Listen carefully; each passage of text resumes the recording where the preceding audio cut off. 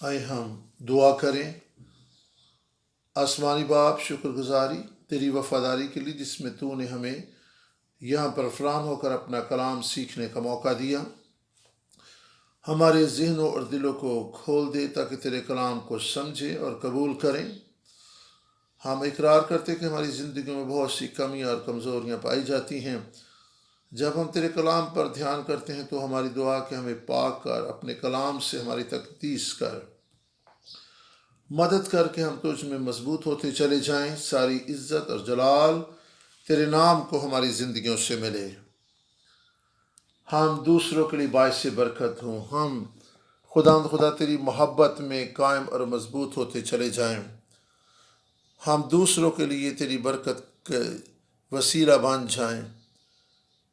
ہمارے دلوں میں گہری جنبش کر۔ او خدا ہم تیری حضوری میں جھکتے ہیں اور تجھے سجدہ کرتے ہیں، یسوع کے نام سے آمین۔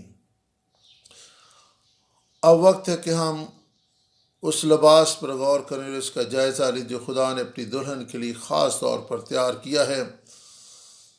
گنتی 6 باب 13 آیت خدا کی شریعت پر روشنی ڈالتی ہے اور کس طرح خدا اس بات کا مشتاق ہے کہ ہم اس لباس کو زیب تن کریں تاکہ ہر وقت ہمارے دل، ہماری آنکھیں کسی بھی آزمائش اور گناہ سے محفوظ رہ سکیں۔ اور پھر یہ کہ وہ لباس کیسا ہے؟ یہ اخیر زمانہ میں پہننے کا لباس ہوگا، یعنی اخیر زمانے میں اس کی بڑی قدر و قیمت ہوگی، اور وہ لباس ہے مسیح یسوع۔ ہم مسیح یسوع کو پہننے سے ازدواج کے رشتے میں پاک اور خالص رہ سکتے ہیں۔ ہم اپنے کام کاج کی جگہ اس لباس کو بطور ایک قوم بھی پہن سکتے ہیں اور انفرادی طور پر بھی اپنے ازدواج میں اور دنیا کے باقی وقتوں میں بھی۔ خدا کرے کہ پاکیزگی کی یہ تحریک ہم سے انفرادی طور پر شروع ہو جائے۔ آج ہم بشارتی کام کی وسعت اور ان لوگوں کے انجام پر غور کریں گے جو اس شریعت کی حکم عدولی کرتے ہیں۔ ان کا انجام کیا ہوگا؟ اس طرح مخلصی کی تاریخ بھی زیر غور رہے گی۔ آئیں بشارتی کام کی وسعت کو دیکھیں جس میں زناکاری کے تصور اور مفہوم کو بھی ہم سمجھیں گے۔ یسوع مسیح نے وضاحت کی کہ نہ صرف جسمانی عمل سے زناکاری ہوتی ہے بلکہ ذہنی خیالات میں بھی ایک شخص اس گناہ کبیرہ کا مرتکب ہو سکتا ہے۔ اگر کوئی مخالف جنس دوسرے کو جسمانی خواہش کی نیت سے دیکھتا ہے تو اس کے ساتھ زنا کر لیتا ہے۔ یسوع یہ بیان کر رہے ہیں کہ ہمارے دل کے محرکات اور ذہنی خیالات بھی زناکاری کے مرتکب ہو سکتے ہیں، یعنی ہم اپنے خیالوں اور تصورات میں بھی زناکاری کے گناہ کے مرتکب ہو سکتے ہیں۔ یسوع تو یہ چاہتا ہے کہ ہم یہ دل اس کو واپس دے دیں کیونکہ اس نے یہ دل اپنے لیے بنایا ہے۔ وہ نہیں چاہتا کہ ہم زناکاری کے گناہ کے مرتکب ہوں۔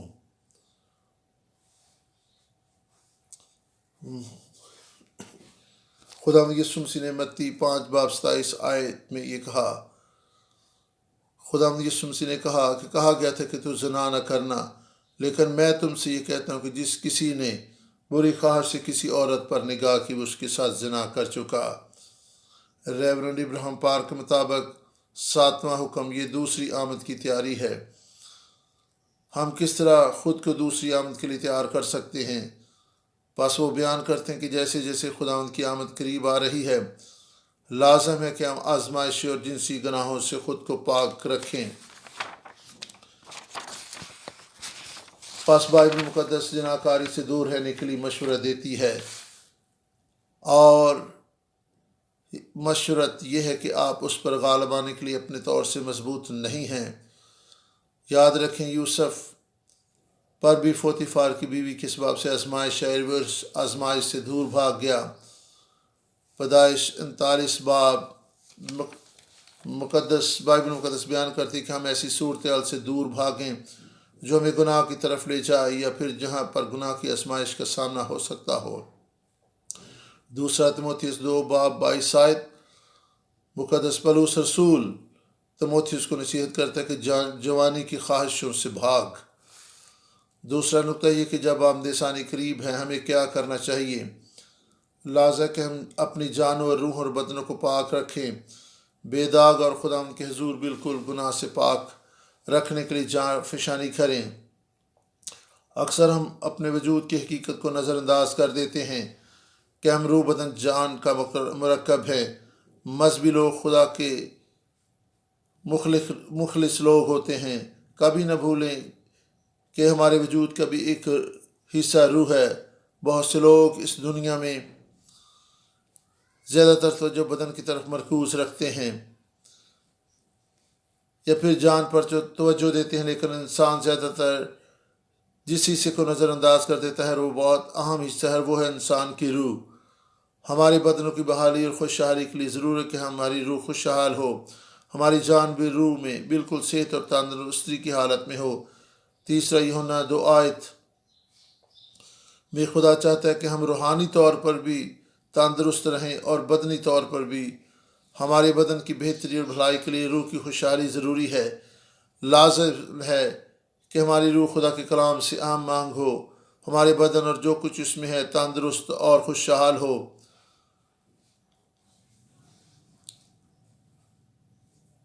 اور افسیوں 5:27 اور پہلا تسلنیکیوں 3:13 کے مطابق ہمیں اپنے بدنوں، جانوں اور روحوں کو پاک اور بے داغ رکھنا ہے اور خداوند کے حضور پاکیزگی کی زندگی بسر کرنی ہے۔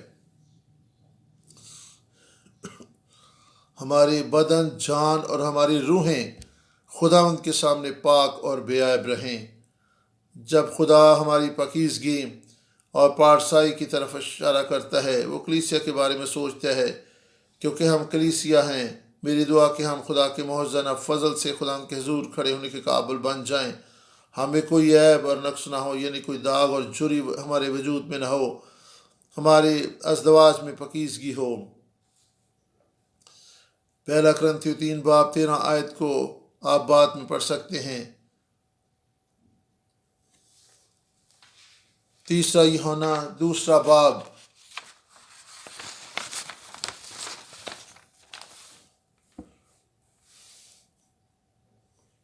اور خدا کا بندہ یوحنا کہتا ہے کہ میری یہ دعا ہے کہ جس طرح تو روحانی ترقی کر رہا ہے اسی طرح تو جسمانی لحاظ سے بھی صحت مند اور تندرست رہے۔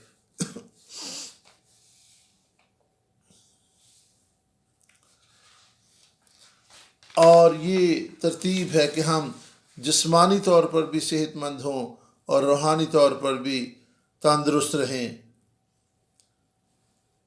ہمارے بدن کی بہتری بحالی کے لیے روح کی خوشحالی ضروری ہے۔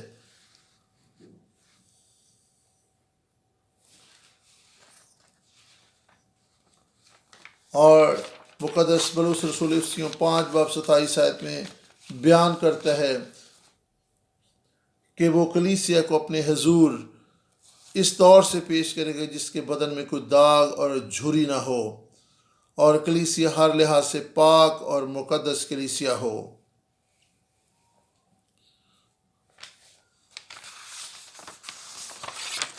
میری دعا ہے کہ محسنہ طور سے خداوند کے حضور ہم پاک اور بے عیب کھڑے ہو سکیں، اور ہمارے ازدواج میں پاکیزگی ہو، ہماری شخصی زندگیوں میں تندرستی اور خوشحالی اور سلامتی پائی جائے۔